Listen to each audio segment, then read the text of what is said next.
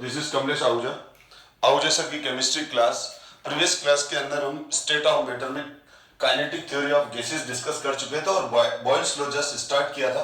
तो Boyle's law को मैं आगे थोड़ा समअप करते हुए आगे बढ़ता हूं। तो बॉयल्स लॉ के अकॉर्डिंग ये था कि given mass of gas, pressure of gas is inversely proportional to volume. तो किसी भी गिवन मास, जो गैस का गिवन मास गिवन है हमको, उसका जो प्रेशर है वो वॉल्यूम के इनवर्सली प्रोपोर्शनल है। इसका मतलब ये हुआ कि अगर हम किसी गैस पर प्रेशर बढ़ाएंगे तो प्रेशर बढ़ाने पर गैस कंप्रेस होती जाएगी और गैस का अपना वॉल्यूम क्या होता जाएगा, कम होता जाएगा। तो pressure is inversely proportional to volume. और इनवर्सली प्रोपोर्शनल का साइन अगर हम हटा दें तो P equal to K by V, तो PV इक्वल टू K आ जाएगा एट गिवन टेम्परेचर। तो बॉयल्स लॉ क्या है? At constant temperature pressure of given mass of gas is inversely proportional to volume। Exact statement ये लिखते हैं हम। तो PV equals to K at T temperature। K is called Boyle's law constant और ये Boyle's law constant mass of gas पे depend करेगा और टेम्परेचर पे डिपेंड करेगा, क्योंकि जो PV का प्रोडक्ट है वो directly proportional mass of gas के भी होता है और PV का प्रोडक्ट डायरेक्टली प्रोपोर्शनल टेम्परेचर के भी होता है। यानी अगर हमने किसी गैस का टेम्परेचर बढ़ा दिया तो उस गैस का प्रेशर भी बढ़ेगा और वॉल्यूम भी बढ़ेगा। तो पीवी का प्रोडक्ट हाई टेम्परेचर पर हाई होगा, पीवी का प्रोडक्ट लो टेम्परेचर पर लो होगा। तो ये ध्यान रखना आप, पीवी का प्रोडक्ट जो कांस्टेंट है, बॉयल्स लॉ कांस्टेंट है, वो टेम्परेचर डिपेंडेंट और मास ऑफ गैस पर डिपेंड करेगा। और अब हम देखते हैं कि जैसे हमारे पास m मास ऑफ गैस है, तो ये m मास ऑफ गैस है और हम ये मूविंग पिस्टन है, तो हम किस गैस को कंप्रेस कर रहे हैं, मतलब प्रेशर बढ़ा रहे हैं। तो हो क्या रहा है? वॉल्यूम रिड्यूस होता जा रहा है, वॉल्यूम रिड्यूस होता जा रहा है और प्रेशर इंक्रीज होता जा रहा है। एक अजम्पशन ले लिया, सपोज करो या 10 लीटर वॉल्यूम है तो 1 एटमॉस्फेरिक प्रेशर है। अब हमने इस m मास ऑफ गैस का वॉल्यूम रिड्यूस करके 10 लीटर से 5 लीटर कर दिया, वॉल्यूम रिड्यूस करके 10 लीटर से 5 लीटर कर दिया, तो प्रेशर 1 एटमॉस्फेरिक प्रेशर से 2 एटमॉस्फेयर हो जाएगा।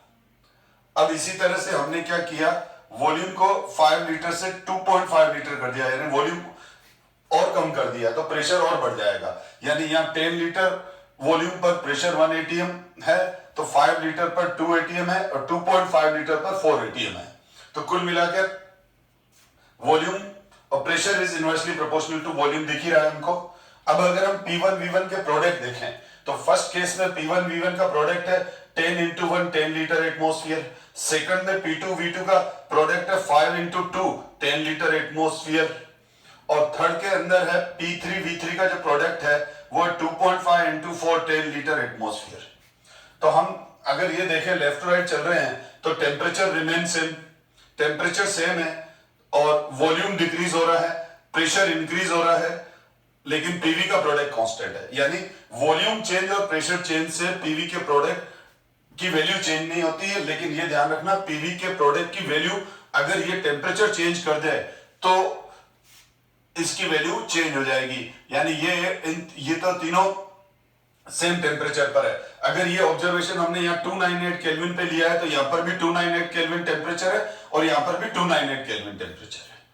अब जब हम प्रेशर वर्सेस वॉल्यूम का जब हम ग्राफ प्लॉट करते हैं कांस्टेंट टेम्परेचर पर, तो जब भी कोई कांस्टेंट टेम्परेचर पर अगर हम कोई ग्राफ प्लॉट कर रहे हैं तो उस ग्राफ को आइसोथर्म ग्राफ कहते हैं। आइसोथर्म ग्राफ का मतलब ये होता है कि हमने वो ग्राफ कांस्टेंट टेम्परेचर पर प्लॉट किया हुआ है। तो यहां पर क्या हो जाएगा, प्रेशर और वॉल्यूम का जो रिलेशन है उस बेस पर जो ग्राफ बनता है वो इस तरह का पैराबोला बनता है, जो रेड कलर का पैराबोला दिख ही रहा है। तो यहां पर देखो ये वॉल्यूम इधर इंक्रीज हो रहा है और प्रेशर इधर इंक्रीज हो रहा है। तो अगर हम यहां देखें तो ये हो गया हमारा V3 वॉल्यूम, ये हो गया V2 वॉल्यूम, ये हो गया V1 वॉल्यूम।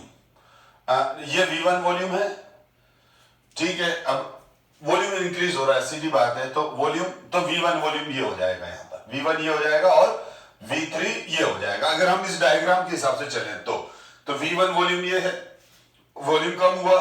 और अब अगर हम प्रेशर की बात करें तो ये प्रेशर P1 प्रेशर है उससे ज्यादा P2 है, उससे ज्यादा P3 है, तो ये प्रेशर इंक्रीज हो रहा है एक्स एक्सिस पे और वाई एक्सिस पे वॉल्यूम है। और यहां पर हमने यहां पर पीवी के बीच में पीवी जो हमने यहां पर देखो पीवी जो प्रोडक्ट है कांस्टेंट है, तो पीवी प्रोडक्ट कांस्टेंट है, तो इसका वॉल्यूम के वर्सेस या फिर प्रेशर के वर्सेस पीवी का जो ग्राफ प्लॉट करेंगे तो वो एक्स एक्सिस पर, ठीक है, उसकी वैल्यू एक्स एक्सिस पर उसकी वैल्यू क्या आएगी, एक्स एक्सिस पर उसकी वैल्यू फिक्स चलेगी, कांस्टेंट चलेगी। जैसे यहाँ पीवी की P1 V1 की वैल्यू, यहाँ P1 V1 की वैल्यू क्या है 10 है और यहाँ सपोज करो 15 है, तो ये जो वैल्यूज है ये वाली वैल्यूज के बारे में बात करी है मैंने, ये वाली वैल्यूज यहाँ चलेगी, चाहे प्रेशर इंक्रीज हो रहा हो, चाहे वॉल्यूम चेंज हो रहा है, चाहे प्रेशर चेंज हो रहा हो, पीवी की वैल्यू हमेशा 10 है तो 10 ही रहेगी T1 टेम्परेचर पर अगर हमने टेम्परेचर T1 से बढ़ाकर T2 कर दिया तो T1 टेम्परेचर पर अगर पीवी की वैल्यू 10 लीटर एटमॉस्फेयर है तो T2 टेम्परेचर पर पीवी की वैल्यू इंक्रीज होकर 15 लीटर हो जाएगी। यानी टेम्परेचर इंक्रीज होने से क्या होता है, टेम्परेचर इंक्रीज होने से बेटा पीवी का प्रोडक्ट इंक्रीज हो जाता है। तो ये सब पॉइंट्स हमने लास्ट क्लास में भी डिस्कस किए थे और आज हम चार्ल्स लॉ को डिस्कस कर रहे हैं। और बॉयल्स लॉ ये प्रीवियस क्लास में अच्छे से हमने डिस्कस कर चुके थे। अब मैं आगे बढ़ रहा हूं बेटा,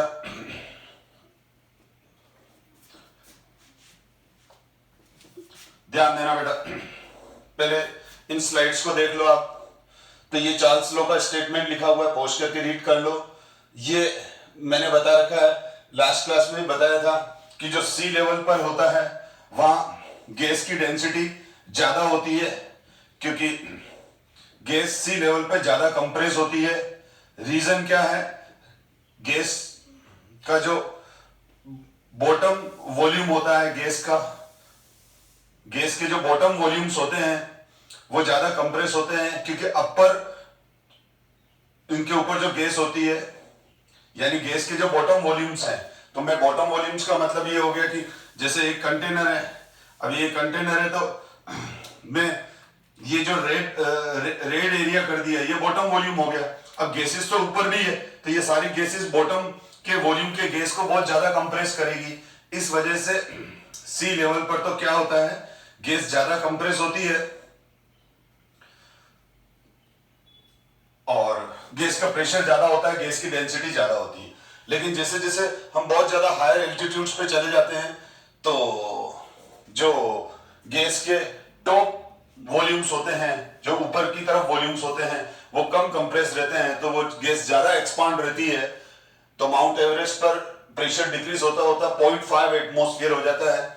और इसी वजह से क्या होता है, हायर एल्टीट्यूड्स पर गैस का प्रेशर कम होने की वजह से ब्रीथिंग सिकनेस होने लगती है और प्रॉपर ऑक्सीजन बॉडी के अंदर सप्लाई नहीं हो पाती है। और फिर मैंने आपको ये डिस्कस किया था कि ये ग्राफ बने हुए हैं बेटा, वॉल्यूम वर्सेस प्रेशर, ठीक है। जो रेड, अब इसमें भी है ना, जो ग्राफ है बेटा वो प्रेशर वर्सेस वॉल्यूम का जो मैंने अभी डिस्कस किए थे, पैराबोला ही बनेंगे, ठीक है ना। और जितना ज्यादा हाई टेम्परेचर होगा ये ग्राफ उतने ज्यादा ऊपर बन जाएंगे, क्योंकि मैंने बताया था आपको पीवी का प्रोडक्ट डायरेक्टली प्रोपोर्शनल टेम्परेचर होता है। तो ये 600 केल्विन पर है, ये 400 केल्विन पर है और ये 200 केल्विन पर है। ये एनसीईआरटी बुक से लिया हुआ ग्राफ है। और इसी तरह से ये वाला जो ग्राफ है वो प्रेशर वर्सेस 1/V के है। तो pressure versus 1/V, pressure directly proportional to 1/V है तो स्ट्रेट लाइन आ जाएगी। और वो वाली बात हो गई, ये वाला 600 पर है, केल्विन पर है, तो ये 400 केल्विन पर है और ये 200 केल्विन पर है। अच्छा, इसका मतलब ये आपको क्लियर हो गया, जो K की वैल्यू है वो गैस के मास पर और टेम्परेचर पे डिपेंड करेगी, जो यहां वापस लिखा हुआ है। एनीवे, अब हम और आगे चार्ल्स लॉ की तरफ बढ़ते हैं बेटा। तो जो चार्ल्स लॉ है, चार्ल्स लॉ जो है, अच्छा चार्ल्स लॉ से पहले एक क्वेश्चन कर लेते हैं।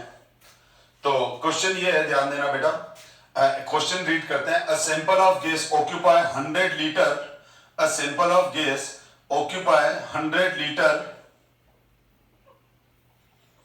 at 1 atmospheric pressure, and at 0 degree centigrade if the volume of the gas is to be reduced to 5 liter at the same temperature, what additional pressure must be applied?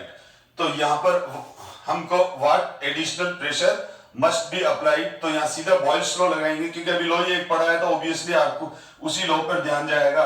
लेकिन कभी भी किसी भी न्यूमेरिकल प्रॉब्लम के अंदर pressure और volume दे रखे हो या प्रेशर और वॉल्यूम का डिस्कशन हो, क्वेश्चन में मेंशन डिफरेंट प्रेशर और वॉल्यूम हो और कांस्टेंट टेम्परेचर हो तो बॉयल्स लॉ ही लगने वाला है।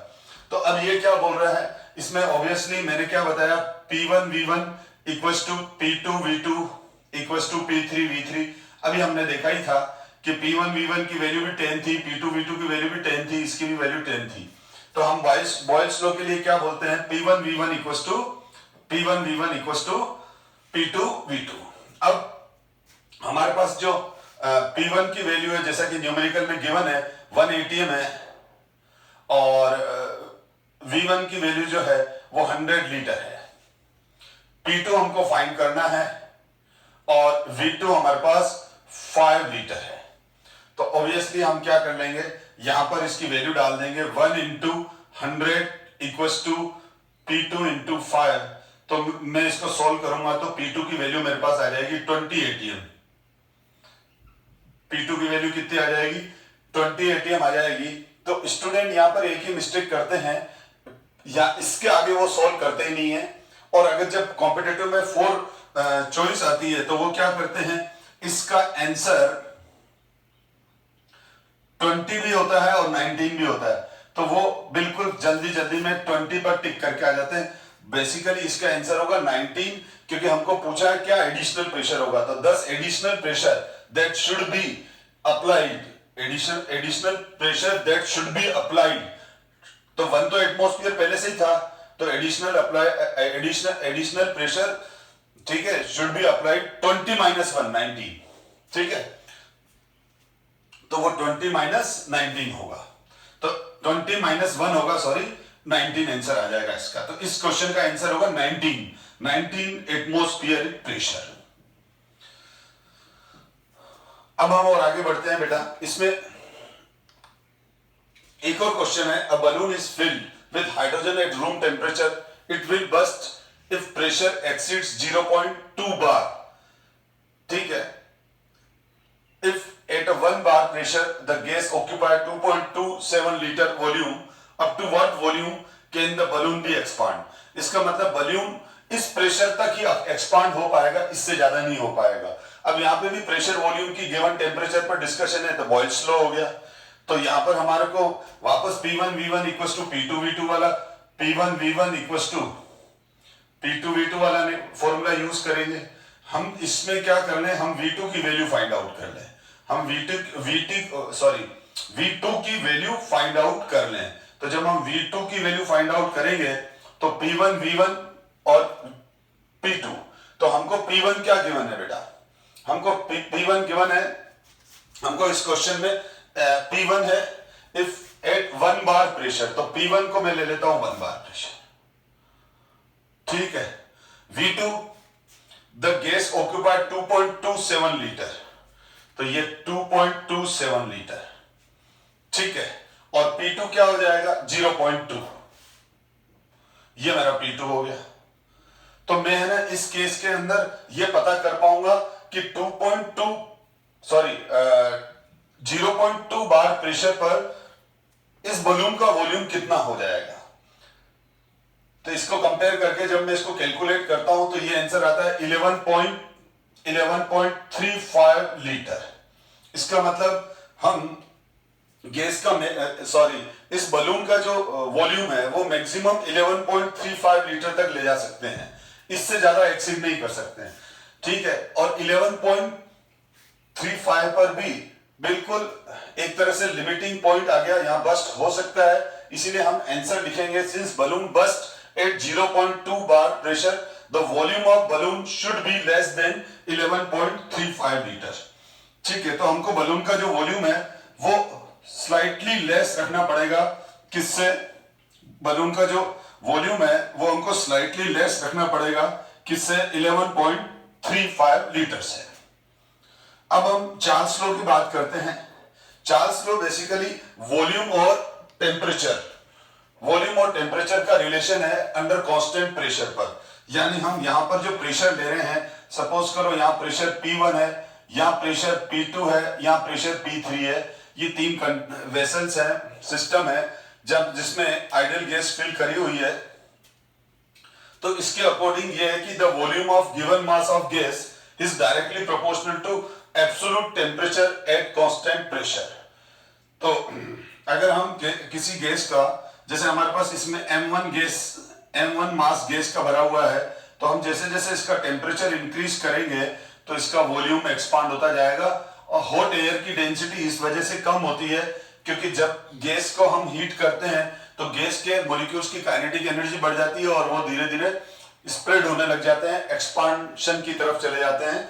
तो गैस का वॉल्यूम लो टेम्परेचर पर तक कम होता है और हाई टेम्परेचर पर ज्यादा होता है। तो हम अगर यहां पर देखें तो हमारे पास जो यहां M मास गैस है, ठीक है ना, वो अगर यहां पर यहां पर जो वॉल्यूम है वो V1 है, यहां वॉल्यूम V2 है और यहां वॉल्यूम V3 है। तो अगर मैं टेम्परेचर T1 से बढ़ाकर T2 करूंगा, T2 से बढ़ाकर T3 करूंगा, तो अगर मैंने टेम्परेचर इंक्रीज किया तो उसी प्रोपोर्शन में वॉल्यूम भी इंक्रीज हो जाएगा। मतलब यहां पर जो हो गया वो चार्ल्स लॉ के according volume is directly proportional to T। The volume of a given mass of a gas is directly proportional to absolute temperature मतलब कैपिटल T। ठीक है। अब सेल्सियस टेम्परेचर मतलब small t, V equals to KT। K is the Charles law constant, तो V by T equals to K। और K यहां पर वापस K किस पे डिपेंड करेगा? K is called Charles law constant और K depends upon mass of gas और प्रेशर पे भी डिपेंड करेगा, क्योंकि प्रेशर चेंज होने से V बाय T का रेशियो चेंज हो जाएगा। अगर हम हाई प्रेशर ले लेंगे तो गैस का वॉल्यूम कम हो जाएगा तो K की वैल्यू कम हो जाएगी। ठीक है। तो अलग अलग प्रेशर पर K की वैल्यू अलग अलग होती है। तो K वैल्यू तो मैं यहां लिख सकता हूं, K वैल्यू मतलब V बाय T का रेशियो जो है K value directly proportional to number 1 mass of gas and inversely proportional to pressure. यहां ध्यान रखना, क्योंकि अगर हमने सपोज करो एक पर्टिकुलर कंडीशन में हमने डिफरेंट कंटेनर लिए और V बाय जिसमें सेम मास ऑफ गैस है, जैसे मेरे पास ये 3 डिफरेंट कंटेनर हैं, ठीक है ना, और इसमें सेम मास ऑफ गैस है, यानी इसमें भी गैस का मास 10 ग्राम है, इसमें भी 10 ग्राम है और इसमें भी 10 ग्राम है। ठीक है ना। अब इस केस में क्या है, इसका प्रेशर P1 है, इसका प्रेशर P2 है, इसका प्रेशर P3 है। और अगर प्रेशर बढ़ रहा है तो क्या हो जाएगा, इस केस के अंदर क्या हो जाएगा, मैं इसको कंफ्यूज मत करना, जस्ट समझाने के लिए बता रहा हूं कि ये 10 ग्राम गैस है, 10 ग्राम तीनों में गैस है। तो अगर हम इस पर चार्ल्स लॉ डिस्कस करेंगे, ठीक है, तो यहां पर हाई प्रेशर होने की वजह से इसके V बाय T की वैल्यू आएगी तो कांस्टेंट, पर इस K की वैल्यू डिफरेंट आएगी। यानी इन तीनों केस के अंदर K की वैल्यू डिफरेंट आने वाली है। अगर प्रेशर, अब यहां पर क्या होगा, यहां तो इन तीनों केस के अंदर K की वैल्यू सेम आएगी, जो अभी मैं करके बता देता हूं, लेकिन प्रेशर चेंज होने से K की न्यू वैल्यू आ जाती है। जैसे एक एग्जांपल बता दूं, 5 एटमॉस्फेरिक प्रेशर, जैसे ये जो है, अगर ये 5 एटमॉस्फेरिक प्रेशर पर मैं डिस्कस कर रहा हूं और K की वैल्यू 10 आ रही है, तो K की वैल्यू यहां पे भी 10 आएगी, यहां पे भी 10 आएगी, यहां पे भी 10 आएगी। और अगर मैंने 5 एटमॉस्फेयर से प्रेशर बढ़ाकर प्रेशर इंक्रीज करके रखे, अब यहां पर प्रेशर, नए प्रेशर पर मैं चार्ल्स लॉ डिस्कस कर रहा हूं, यानी वो प्रेशर मैंने चेंज कर दिया, तो मैं प्रेशर चेंज कर दूंगा तो V बाय T का रेशियो भी नया बनेगा, वो चेंज हो जाएगा, यानी के की वैल्यू चेंज हो जाएगी और के की वैल्यू हाई प्रेशर पर, के की वैल्यू हाई प्रेशर पर लो होती है, क्योंकि प्रेशर बढ़ने से आप सिंपल समझ सकते हो कि वॉल्यूम कम हो जाता है, तो V by T का रेशियो कम हो जाएगा। तो इसीलिए यहां V by T equals to K है, K is directly proportional to mass of gas and inversely proportional to pressure. और यहां पर भी क्या हो जाएगा, V by T के वैल्यूज कांस्टेंट चलेगी। अगर यहां V1 अपॉन T1 की वैल्यू, अब मैं वैल्यू नहीं ले रहा हूं, V1 अपॉन T1 की वैल्यू अगर यहां x है तो यहां V2 अपॉन T2 की वैल्यू यहां x आ जाएगी, V3 और T3 की वैल्यू भी यहां x आ जाएगी। ठीक है, तो लेफ्ट राइट चल रहे हैं, तो वॉल्यूम इंक्रीज हो रहा है, टेम्परेचर इंक्रीज हो रहा है, pressure remain same. Volume increase, temperature increase, pressure remain same, V by T ratio is constant. अब अगर मैंने वो प्रेशर चेंज करूंगा, ठीक है, तो जैसे सपोज करो ये तो सारा प्रेशर, ये सारे P प्रेशर है, यानी यहां पर भी P1 प्रेशर है, P1 प्रेशर है, P1 प्रेशर है, और P1 प्रेशर की वैल्यू, P1 प्रेशर की वैल्यू सपोज करो, P1 प्रेशर कोई भी है, सपोज नहीं करते, ठीक है। अब अपन क्या कर लेते हैं, अब हम इस प्रेशर को P1 से बढ़ाकर P2 कर देते हैं, P1 से बढ़ाकर क्या कर देते हैं, P2 करा देते हैं। तो अब इस केस में भी यहां प्रेशर तो कांस्टेंट ही हो गया, लेकिन नया प्रेशर आ गया। तो अब P1 के कंपैरिजन में अगर P2 ज्यादा है तो V1 अपॉन T1 का वैल्यू नया आ जाएगा, Y आ जाएगा, V2 अपॉन T2 की वैल्यू वापस न्यू आ जाएगी। अब इस केस के अंदर जो x की वैल्यू होगी, और y की वैल्यू होगी, तो x और y क्या, चार्ल्स लॉ कांस्टेंट की वैल्यू है, ठीक है। अब प्रेशर बढ़ने से तो x की वैल्यू ज्यादा आएगी, y की कम आएगी। तो मैं ये कह रहा था बेटा, तो ये हो गया चार्ल्स लॉ। तो चार्ल्स लॉ वॉल्यूम और टेम्परेचर का रिलेशन है एट गिवन प्रेशर पर, और गिवन प्रेशर पर V by T की वैल्यू कांस्टेंट रहती है, लेकिन प्रेशर चेंज होने से V by T की वैल्यू न्यू आ जाएगी। जैसे मैंने बताया था, P1 पर V by T की वैल्यू x है, और P2 प्रेशर पर V by T का जो रेशियो आ गया वो y आ गया। तो ये जो बॉयल्स लॉ कांस्टेंट है, टेम्परेचर डिपेंडेंट है, और चार्ल्स लॉ कांस्टेंट है, वो प्रेशर डिपेंडेंट है, लेकिन दोनों कांस्टेंट मास ऑफ गैस पे भी डिपेंड करेंगे। अब यहां पर जो ग्राफ आएंगे वो ग्राफ ये आ जाएगा बेटा, V और T में जब हम प्लॉट करेंगे तो ये y एक्सिस है और ये x एक्सिस है। अब यहां पर जब हम टेम्परेचर के अगेंस्ट टेम्परेचर और वॉल्यूम, तो यहां पर स्ट्रेट लाइन आएगी, यहां पर ये स्ट्रेट लाइन आएगी इस तरह से, ठीक है। तो स्ट्रेट लाइन आएगी, मैं अभी आपको डिस्प्ले में बताता हूं और अच्छे से, ठीक है। और V by T की वैल्यू कांस्टेंट चलेगी, यानी अगर मैंने V by T लिया तो V by T की वैल्यू गिवन प्रेशर पर, और जब प्रेशर कांस्टेंट होते हैं तो हम बोलते हैं आइसोबार। आइसोबार ग्राफ क्या होते हैं, जब कोई ग्राफ हम कांस्टेंट प्रेशर पर, जब हम कोई ग्राफ कांस्टेंट प्रेशर पर प्लॉट करते हैं तो उन ग्राफ को हम आइसोबार बोलते हैं। इसी तरह से प्रीवियस में बॉयल्स के अंदर हमने जो ग्राफ प्लॉट किए थे वो कांस्टेंट टेम्परेचर पे किए थे, तो उनको आइसोथर्म बोलेंगे ग्राफ्स को, और इन चार्ल्स लॉ के जो ग्राफ्स हैं उनको आइसोबार ग्राफ्स कहेंगे, क्योंकि वो कांस्टेंट प्रेशर पर होता है। तो आइसोबार का मतलब होता है कांस्टेंट प्रेशर। तो यहां V by T ये हो गया और ये हो गया। अब ये दो ले लिए मैंने, V by T की वैल्यू वॉल्यूम के अगेंस्ट लो चाहे टेम्परेचर के against low, V by T की वैल्यू, ठीक है, फिक्स चलेगी, चेंज नहीं होगी। ये ग्राफ हो गया बेटा।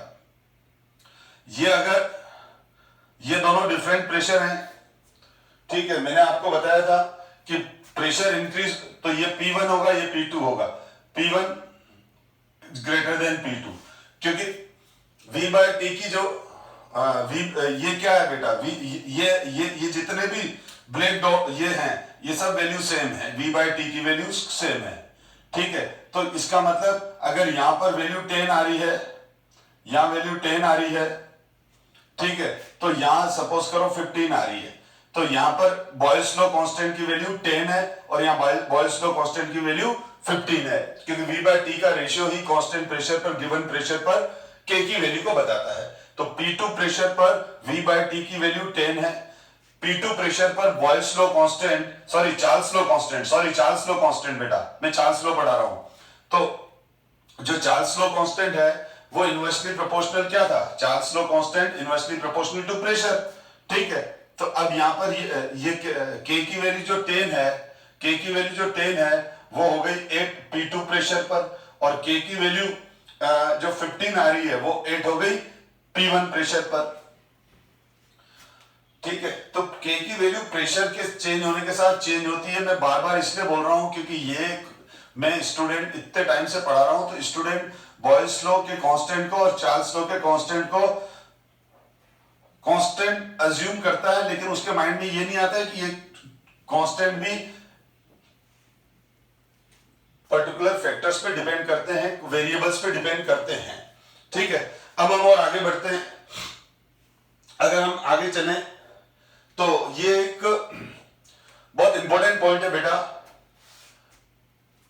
चार्ल्स ने केल्विन स्केल, जिसको हम थर्मोडायनेमिक स्केल भी बोलते हैं, एब्सोल्यूट टेम्परेचर वाला जो स्केल है, ठीक है, जिसको कैपिटल T बोलते हैं ना हम, 300 केल्विन, 400 केल्विन, तो ये केल्विन वाला जो स्केल है वो सबसे पहले जो इनोवेट किया था, इनोवेशन किसने किया था इसका, चार्ल्स ने।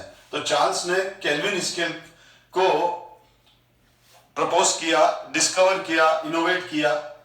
उस चार्ल्स और उसका जो पूरा ग्रुप था, उन्होंने एक ऑब्जर्वेशन लिया, या उन्होंने अपने रिसर्च के अंदर बहुत सारे जो ऑब्जर्वेशन लिए, उसका जो कंक्लूजन है वो मैं आपको एक्सप्लेन कर दूं, तो उससे आपको केल्विन स्केल समझ में आएगा कि केल्विन स्केल बना कैसे एक्चुअल में। तो जो केल्विन स्केल बना है बेटा, वो कैसे बना है वो देखते हैं। तो मैं आपको यहां एक्सप्लेन कर देता हूं।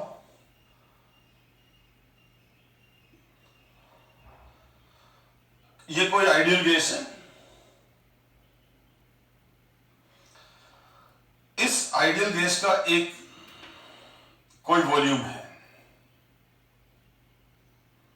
ये m मास का आइडियल गैस है, और टेम्परेचर है 0 डिग्री सेंटीग्रेड, टेम्परेचर है 80 डिग्री सेंटीग्रेड टेम्परेचर। तो इसका वॉल्यूम होगा V0।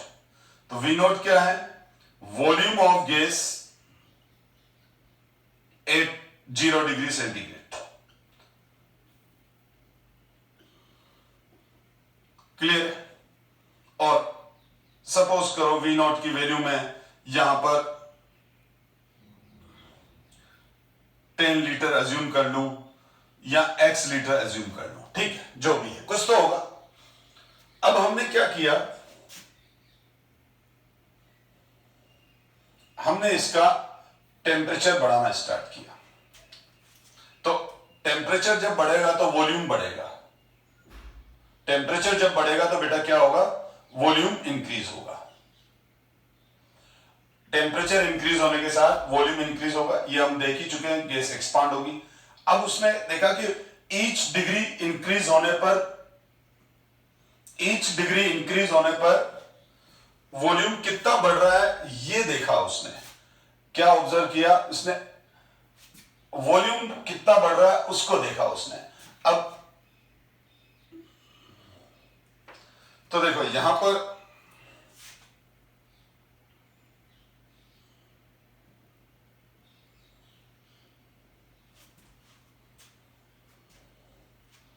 आप बेस को मत देखिए,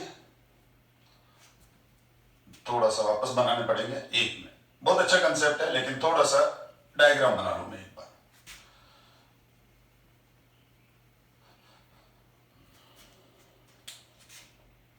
तो क्योंकि एग्जाम्पल से ही समझ में आएगा, अगर मैं डायरेक्ट लैंग्वेज से एक्सप्लेन करूंगा तो उतना इंपैक्ट नहीं आता है। तो ये जो ब्लू लाइन बता रही है, ये तो ये वैल्यू होगी, इसका मतलब ये एक्सपांशन होगा। और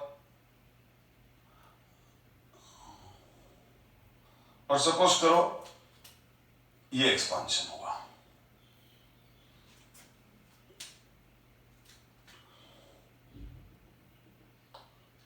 फिर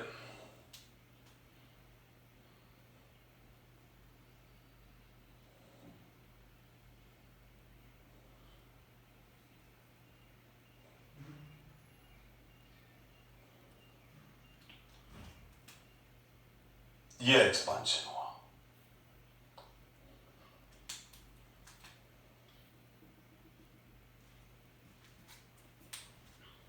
तो गैस का एक्सपांशन हो रहा है। अब देखो यहां पर ऑब्वियसली या 0 डिग्री टेम्परेचर है या 1 डिग्री सेंटीग्रेड टेम्परेचर है और यहां 2 डिग्री सेंटीग्रेड टेम्परेचर है। और इस तरह से हम अगर आगे बढ़ते हैं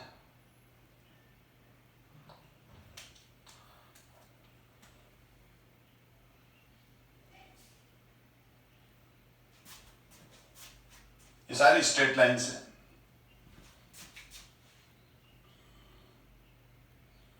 और ये वॉल्यूम बढ़ गया।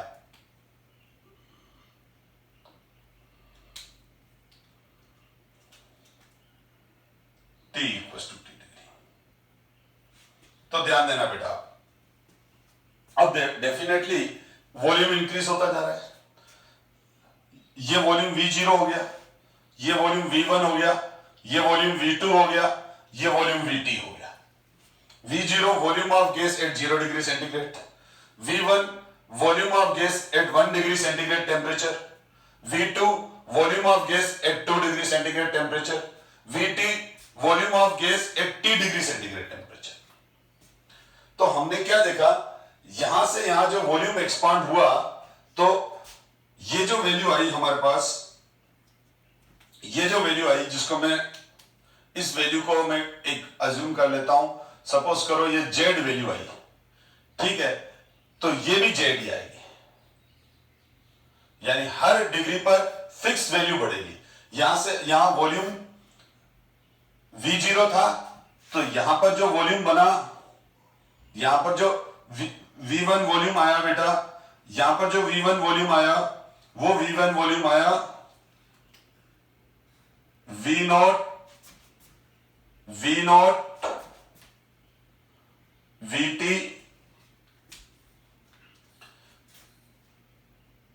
प्लस जेड, यहां आ गया प्लस 2Z, यहां आ गया प्लस TZ। सपोज करो मैंने 20 डिग्री बढ़ा दिया तो 20 इंटू जेड, यानी जेड की वैल्यू फिक्स बढ़ रही है। जेड एक फिक्स वैल्यू है। अब जेड की वैल्यू क्या है, तो यहां हमने ये ऑब्जर्व किया कि यहां से यहां जो वॉल्यूम बढ़ा वो जो जेड की वैल्यू है वो ये है बेटा, V0 divide by 273.15। V0 Z की वैल्यू क्या आ रही है बेटा, V0 डिवाइड बाय 273.15। यानी ईच डिग्री टेम्परेचर बढ़ने पर जो वॉल्यूम बढ़ा, तो यहां पर वॉल्यूम था सपोज करो 10 लीटर, तो यहां पर जो न्यू वॉल्यूम हो गया वो हो गया, यहां पर जेड की वैल्यू हो जाएगी 10 लीटर। V0 की वैल्यू कितनी अज्यूम की अपन ने, 10 लीटर या x लीटर, कुछ भी ले लो, ठीक है, और डिवाइड बाय 273.1। अब ये जो आंसर आएगा ये जेड की वैल्यू है। तो अब यहां पर क्या हो जाएगा, यहां पर जो वैल्यू आई वो क्या आ जाएगी, 2 इंटू 10 डिवाइड बाय 273.15। तो जेड की वैल्यू क्या है, तो हमारे पास जो जेड की वैल्यू है वो जेड की वैल्यू आई, कितना आया, V0 बाय 273.15। अब V0 की वैल्यू जरूरी नहीं कि 10 लीटर हो, ठीक है ना, वो वैल्यू आपको, ये V0 की वैल्यू हमको गिवन होगी या हम ऑब्जर्व कर लेंगे। तो हर 1 डिग्री टेम्परेचर बढ़ने पर, हर 1 डिग्री टेम्परेचर बढ़ने पर जो वॉल्यूम बढ़ा, यहां से यहां वॉल्यूम कितना हो गया, V1 वॉल्यूम कितना हो गया, ये है V1 वॉल्यूम, ये है बेटा V1 वॉल्यूम, ये है V1 वॉल्यूम। कितना है ये V1 वॉल्यूम? V नोट से ज्यादा है तो V नोट प्लस जेड है। अब जेड कितना है? जो V नोट की वैल्यू है, जो V नोट की वैल्यू है उसमें हमने 273.15 से डिवाइड कर दें, ठीक है। जेड की वैल्यू ये है जो ऑलरेडी लिख रखी है मैंने, ठीक है। अब यहां पर V नोट की वैल्यू मैंने 10 लीटर अज्यूम कर ली तो ये आ गया, ठीक है। या फिर मैं अब यहां पर V1 की वैल्यू क्या हो जाएगी? V1 की वैल्यू हो जाएगी V naught plus V naught upon 273.15 हो जाएगी, और V नोट की वैल्यू 10 डाल देंगे। अब यहां पर हमारे पास ये V2 है बेटा, हमारे पास अब मैं V2 को क्या लिख सकता हूं? V2 को लिख सकता हूं V naught plus 2V naught upon 273.15। तो VT को क्या लिख सकता हूं? VT को लिख सकता हूं, या भूल से बेटा V नोट आएगा ना, मेरे से मिस्टेक हो गई, तो VT equal to V naught plus TZ आ जाएगा।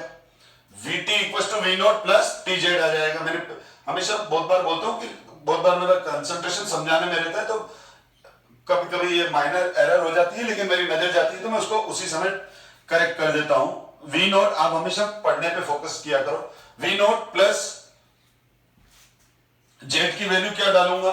जेड की डालूंगा V नोट डिवाइड बाय 273.15, और T तो है ही साथ में, T तो साथ में है। तो इसका मतलब अगर टेम्परेचर T सेल्सियस बढ़ा दें अपन तो न्यू वॉल्यूम कितना होगा? V नोट प्लस TZ, और Z की वैल्यू क्या है? V naught upon 273.15। तो ये वाला ऑब्जर्वेशन चार्ल्स और उसके ग्रुप ने लिया कि 0 डिग्री सेंटीग्रेड टेम्परेचर पर, 0 डिग्री सेंटीग्रेड टेम्परेचर पर किसी गैस का जो वॉल्यूम होगा, अब अगर हम उसमें 1 डिग्री टेम्परेचर रेस करें तो 0 डिग्री सेंटीग्रेड टेम्परेचर पर जो गैस का वॉल्यूम है उसका 1/273.15 टाइम वॉल्यूम इंक्रीज होगा।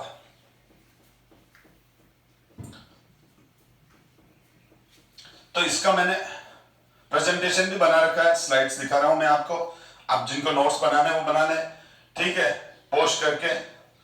और ये देखें बेटा, see for each degree rise in temperature, यानी 1 डिग्री टेम्परेचर बढ़ाया, फिर 1 डिग्री बढ़ाया, फिर 1 डिग्री बढ़ाया, तो for each degree rise in temperature volume of a gas increase by 1/273.15 of the original volume of the gas at 0 degree centigrade. For each degree rise in temperature, volume of a gas increased by 1/273.15 of the original volume of the gas at 0 degree centigrade. यानी 0 degree centigrade पर जो volume है उसका 1/273.15 value increase होगी। Thus, if volume of the gas is 0 degree and 80 degree centigrade are V naught and VT respectively, then मैं explain कर चुका हूं ये कि अब हमारे पास VT की वैल्यू क्या आ जाएगी? VT की वैल्यू आ जाएगी हमारे पास V naught plus T by 273.15 into V naught, ठीक है। यानी V नोट यहां भी लिख सकते थे, कोई बात नहीं। अब यहां पर हम V नोट को अगर कॉमन ले लें, V नोट को अगर हम कॉमन ले लेते हैं तो V नोट इक्वल्स टू क्या आ जाएगा? न्यूमरेटर में आ जाएगा 1, पहले तो सिंपल कर लें, 1 T बाय 273.15। अब अगर मैं इसका एलसीएम लेके सॉल्व करता हूं तो इसका एलसीएम आ जाएगा मेरे पास 273.15 और ये आ जाएगा 273.15 प्लस टी। तो यहीं से केल्विन स्केल का आइडिया आया चार्ल्स को, जिसको हम थर्मोडायनेमिक स्केल कहते हैं। तो यहां पर ये क्या है देखो बेटा, तो at this stage we defined a new scale of temperature such that T degree centigrade on new scale is given by T new scale is given by T equals to 273.15 plus T and 0 degree centigrade will be given by T naught 273.15। यहां पर इसने क्या किया, इस value को तो क्या ले लिया इसने, इस वैल्यू को तो ये ब्लू फॉन्ट में ले लिया और ये वाली वैल्यू है, इस वैल्यू को इसने क्या कहा, टी नॉट कहा, इस वैल्यू को उसने क्या कहा, टी नॉट कहा। और यहां पर इसने फिर इस फॉर्मूले को इस तरह से चेंज किया, वी नॉट न्यूमरेटर में लिखा टी और सिंपली टी ले लिया इसको, ठीक, और अपन वीटी भी ले सकते हैं और टी नॉट ले लिया इसको। और इसी बेस पर इसने क्या कहा कि जब हम डिग्री सेल्सियस के अंदर 273.15 ऐड कर दें तो उस टेम्परेचर को हम केल्विन कहेंगे। तो V T upon V not upon T not.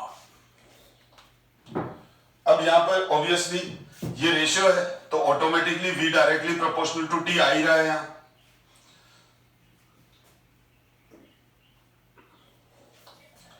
अब this new temperature scale is called the Kelvin temperature scale और एब्सोल्यूट टेम्परेचर स्केल। अब इस टेम्परेचर की वैल्यू, इस टेम्परेचर स्केल के अंदर जो वैल्यू है वो नेगेटिव में नहीं जाती है। दो तीन चीजें यहां इंपॉर्टेंट आ गई। एक तो केल्विन स्केल चार्ल्स लो ने डेवलप किया। केल्विन स्केल का प्लस पॉइंट यह है कि केल्विन स्केल नेगेटिव में नहीं होता है। जैसे हम बोलते हैं -5 degree centigrade temperature, -10 degree centigrade temperature, तो केल्विन स्केल में तो जो मिनिमम और वो भी इमेजिनरी और हाइपोथेटिकल टेम्परेचर जो होता है वो होता है 0 केल्विन टेम्परेचर, यानी 0 केल्विन टेम्परेचर जो किसके बराबर है, 0 केल्विन टेम्परेचर है -273.15। और ये इमेजिनरी और हाइपोथेटिकल है, क्यों है ये भी अभी मैं क्लियर कर देता हूं।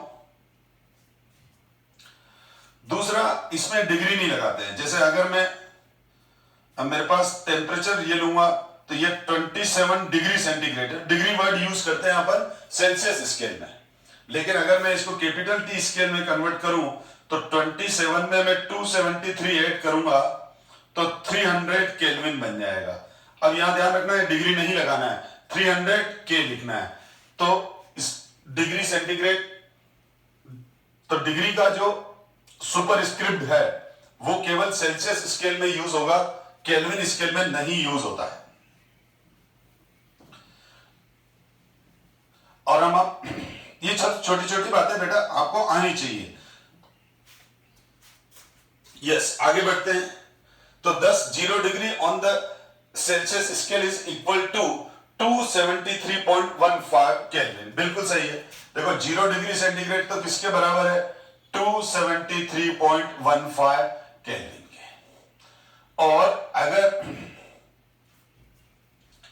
at the absolute scale, note that degree sign is not used while writing the temperature in absolute temperature scale, Kelvin scale. Kelvin scale of temperature is also called thermodynamic scale of temperature and is used in all scientific works. तो हम सारे scientific works अब किसके अंदर करते हैं, kelvin scale में ही करते हैं। यहां पर है ना, चार्ल्स ने एक ग्राफ ड्रॉ किए किसके बीच में, वॉल्यूम वर्सेस टेम्परेचर के, और ग्राफ इसमें रिवर्स लिए।